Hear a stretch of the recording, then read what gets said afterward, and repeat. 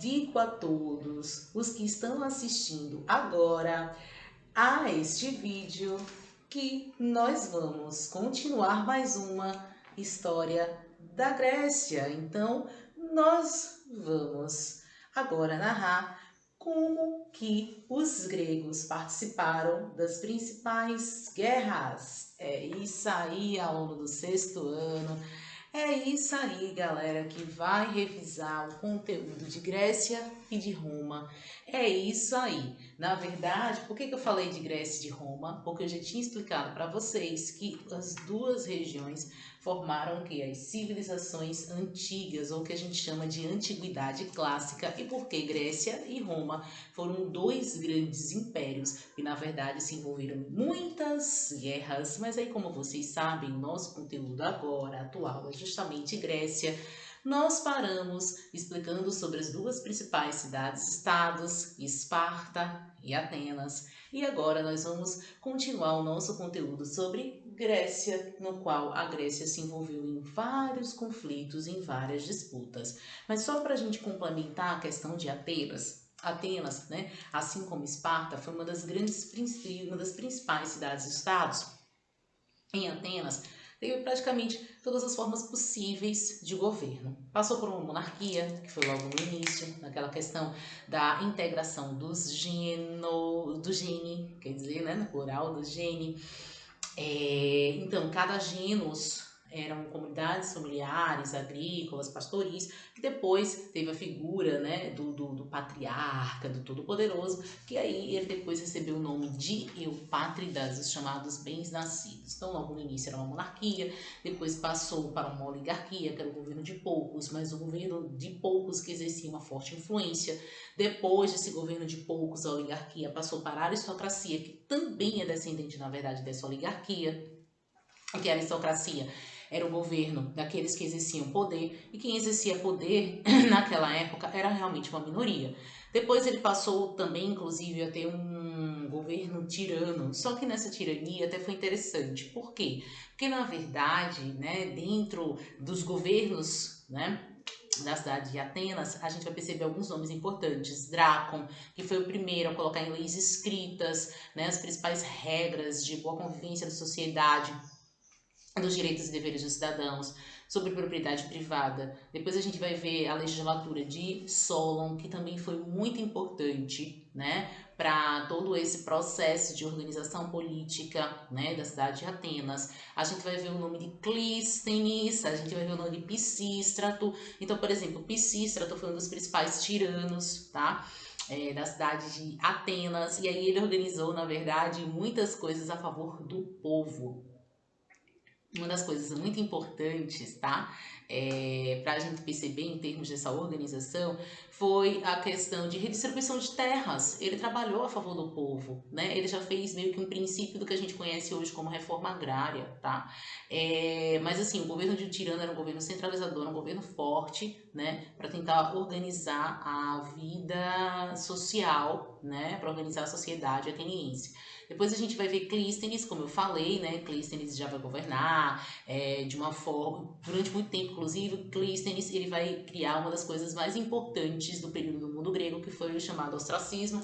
O ostracismo foi uma política no qual todos aqueles que eram considerados opositores, né, do governante, opositores, na verdade, dos cidadãos atenienses, né, ele deveria ser expulso, ter um exílio durante um período de 10 anos, e só depois ele retornava para a cidade de Atenas. E aí a gente percebe que justamente nesse governo aí do Clístenes, nós vamos ver o princípio da democracia demos, que significa povo, né, cracia, governo, governo do povo, no qual todos aqueles que eram considerados cidadãos, eles poderiam opinar na vida política. Não era mais aquele grupinho fechado, mas sim todos aqueles que eram considerados cidadãos, eles faziam discussões em praça, para saber quais eram os principais problemas da cidade de Atenas. O problema é o seguinte: quem era considerado cidadão ateniense naquela época? O cidadão ateniense era aqueles maiores de 18 anos, sexo masculino, o voto era censitário, então existia toda aquela questão da renda. Estava fora disso, por exemplo, as mulheres. Elas não eram consideradas cidadãs atenienses. Inclusive, as mulheres de Atenas, elas tinham menos direito que as mulheres espartanas, tá? As mulheres espartanas, sim, algumas participaram do exército, elas faziam, né, prática de atividade física. Quando precisava cobrir a quantidade de homens, sim, as mulheres, né, fizeram parte do campo de batalha. Tinham muitas mulheres comerciantes, artesãs. Já em Atenas, não. A mulher ela era designada realmente para tomar conta da casa, dos filhos, do marido. A função dela era a procriação. Pois bem, então em Atenas nós tivemos todos esses processos aí, né, de termos políticos, nós tivemos uma monarquia, tivemos aristocracia, oligarquia, tirania, até chegar na democracia, que era o governo do povo, que era o governo de todos. Lembrem também do conceito de ostracismo, né, que foi muito importante, criado por Clístenes. E aí o que que acontece? Na cidade de Atenas existia comércio, existia templos, né, várias construções arquitetônicas, organização das praças, das cidades, né, construção de estradas. Então, sim, realmente Atenas era uma cidade que valorizava a educação, valorizava a infraestrutura, as obras públicas, e aí eles se preocuparam com essa questão também da política, de analisar realmente a opinião do povo em relação à política. Por isso que a gente fala sobre aquela questão da democracia, do governo do povo, do governo de todos, as pessoas terem, né, na verdade, voz e vez. Só que o que é esse todos? Por exemplo, as mulheres não eram consideradas cidadãs. Outra classe que também, porque assim, os eupátridas, os bens-nascidos eram aqueles que exerciam maior influência, tá, em Atenas. Mas outra classe que também era bem marginalizada na sociedade ateniense eram os metecos. Os metecos eram considerados estrangeiros.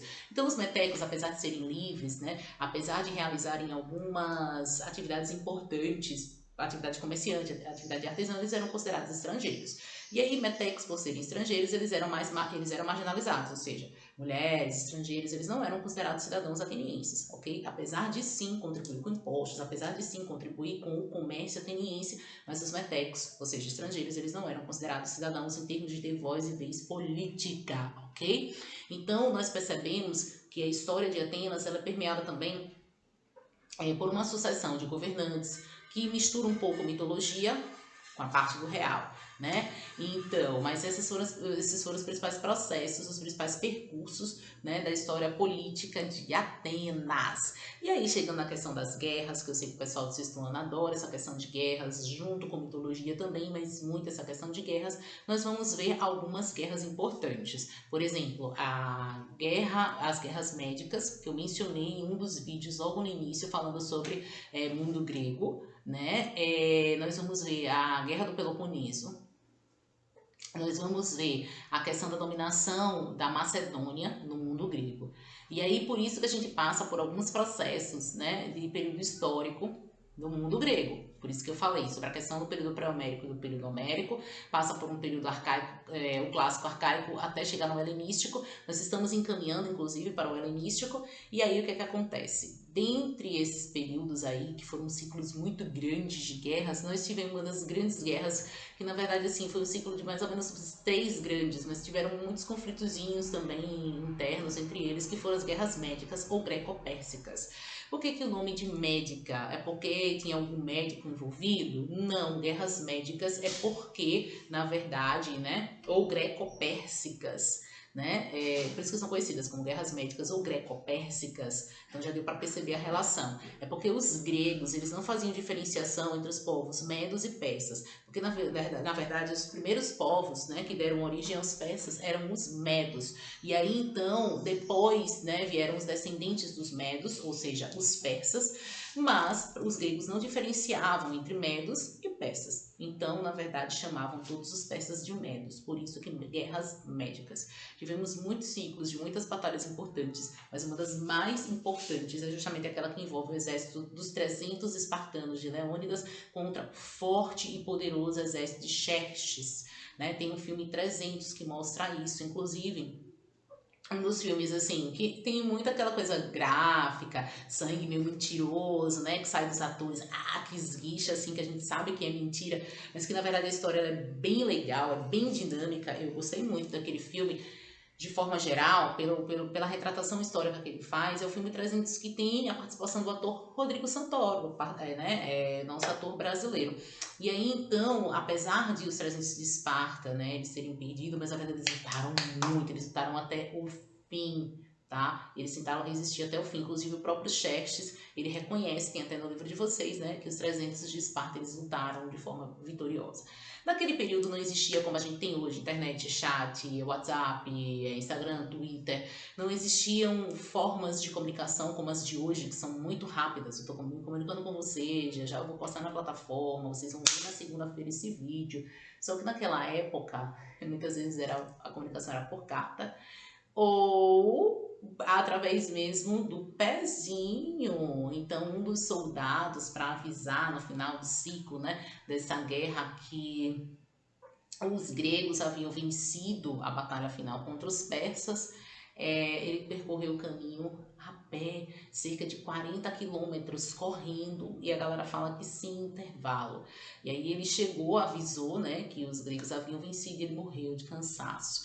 Ele fez uma verdadeira maratona. É por isso que nós temos, né, como uma das modalidades dos Jogos Olímpicos, a maratona, porque na verdade na batalha de maratona, que foi que deu, na verdade, assim, a grande vitória para os gregos, né, contra os persas, esse ciclo de guerras, né, na batalha de maratona foi a batalha principal. E aí, né, o informante morreu de cansaço, mas percorreu vários quilômetros. E aí, por isso, tem uma das modalidades das Olimpíadas em homenagem, né, a toda, segundo a mitologia, né, gente, segundo a história antiga, por conta dessa valentia, dessa braveza, por ter resistido.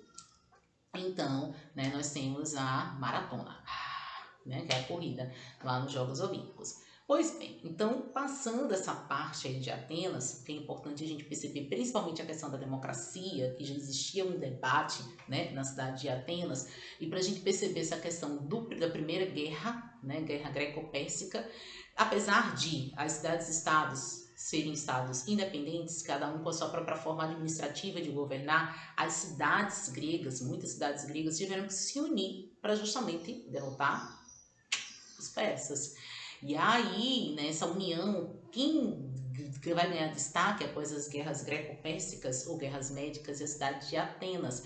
E aí eles vão formar uma liga, a chamada Liga de Delos, que eram todas as cidades-estados estarem integradas, só que teve a administração e a liderança de Atenas nesse processo. Então, Atenas começou a recolher contribuições financeiras de outras cidades-estados, como Micenas, como Tebas, como a própria Esparta, que era para fazer uma reserva para comprar suprimentos, armamentos, para poder fazer treinamento de soldados.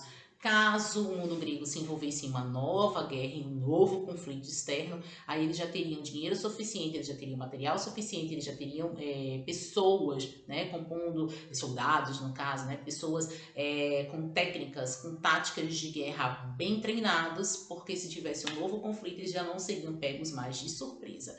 Só que o que é que acontece? A surpresinha foi das outras cidades-estados em relação a Atenas, porque Atenas começou a pegar esse dinheiro, mas não investir, né? A Liga de Delos, o objetivo era investir na guerra para que todas as cidades gregas, estados gregas unidas em um propósito na questão da guerra, porque eles haviam passado por um baque muito grande nas guerras greco-pérsicas.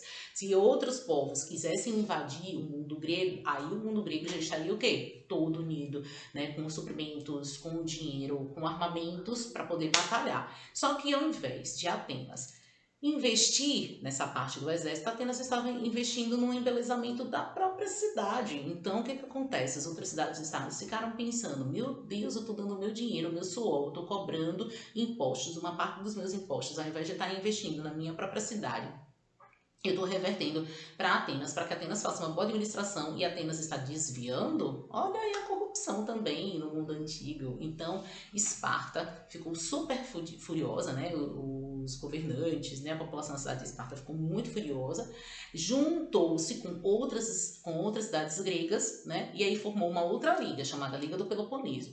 E aí, essa Liga do Peloponeso, né, liderada pelos espartanos, eles chegaram e eles disseram assim, poxa, como é que pode, né? Nós estamos contribuindo para que o mundo grego fique organizado e a cidade de Atenas está construindo, né, está organizando, está melhorando a infraestrutura E cadê o investimento em armamentos, em treinamento de soldados? Então aí Esparta vai declarar um conflito contra Atenas. Então agora não vai ser uma questão de uma guerra externa, vai ser uma guerra interna entre Esparta e Atenas. E aí, em homenagem a essa liga, que foi formada a Liga do Peloponeso, por conta da própria localização, né, de Esparta, formou-se a Guerra do Peloponeso entre Esparta e Atenas.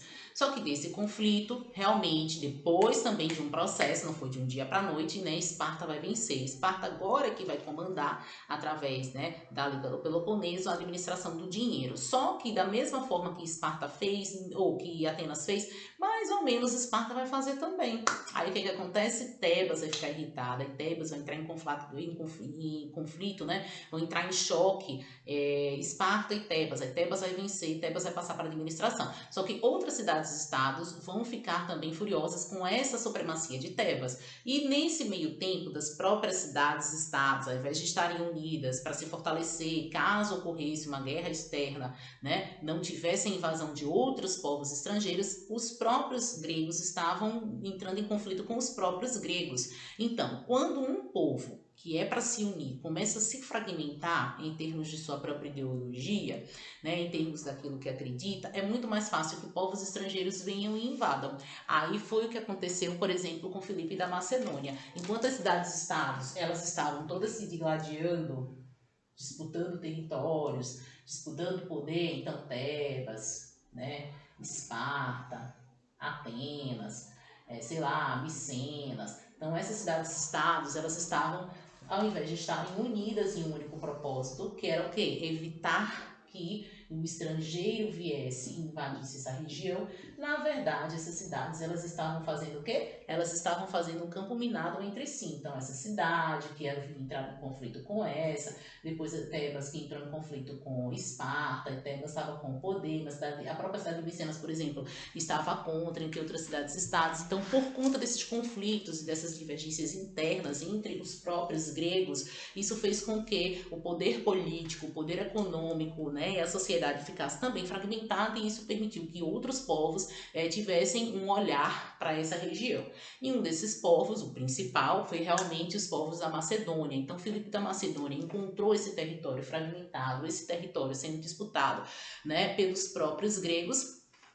Esse foi um dos fatores que fez com que Filipe invadisse e derrotasse o mundo grego. É daí que o mundo grego, né, ele vai se fragmentar, e quem vai administrar a Grécia agora vai ser o próprio Filipe da Macedônia. Os macedônicos achavam, em termos de escultura, de pintura, de arquitetura, em termos de cultura de forma geral, o idioma, a língua, a matemática, a astronomia, enfim, os macedônios, eles eram fascinados com a parte intelectual, com a parte educacional e com tudo aquilo que os gregos haviam construído.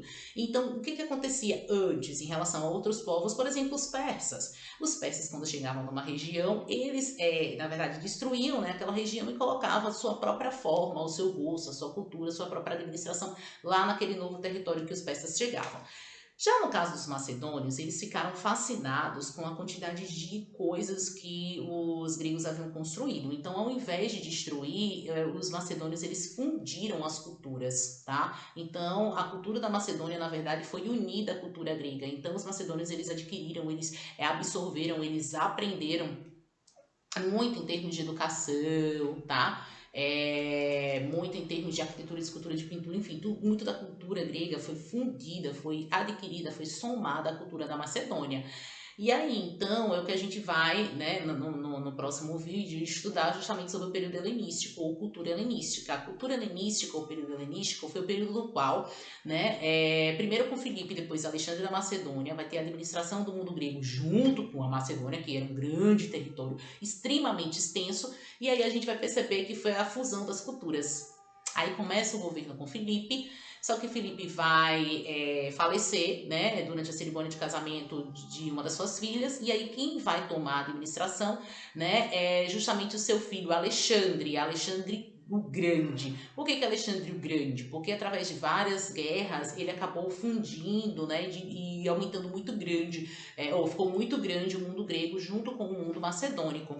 E aí é com Alexandre o Grande que a gente vai conhecer a ascensão, o período áureo, né, da cultura grega, que é justamente essa cultura helenística, porque Alexandre ele pensava muito em relação a esse termo de educação, em termos de cultura. Tanto é, né, que a Biblioteca de Alexandria, inclusive em homenagem a Alexandre, né, foi um dos grandes vestígios encontrados pelos historiadores pela grande riqueza de documentos, de livros, né, inclusive alguns mapinhas, alguns manuscritos, né, por isso que eu peguei esse papirozinho aqui que foi em homenagem a essa questão que eu falei com vocês, né, que na verdade foi um trabalho que eu passei.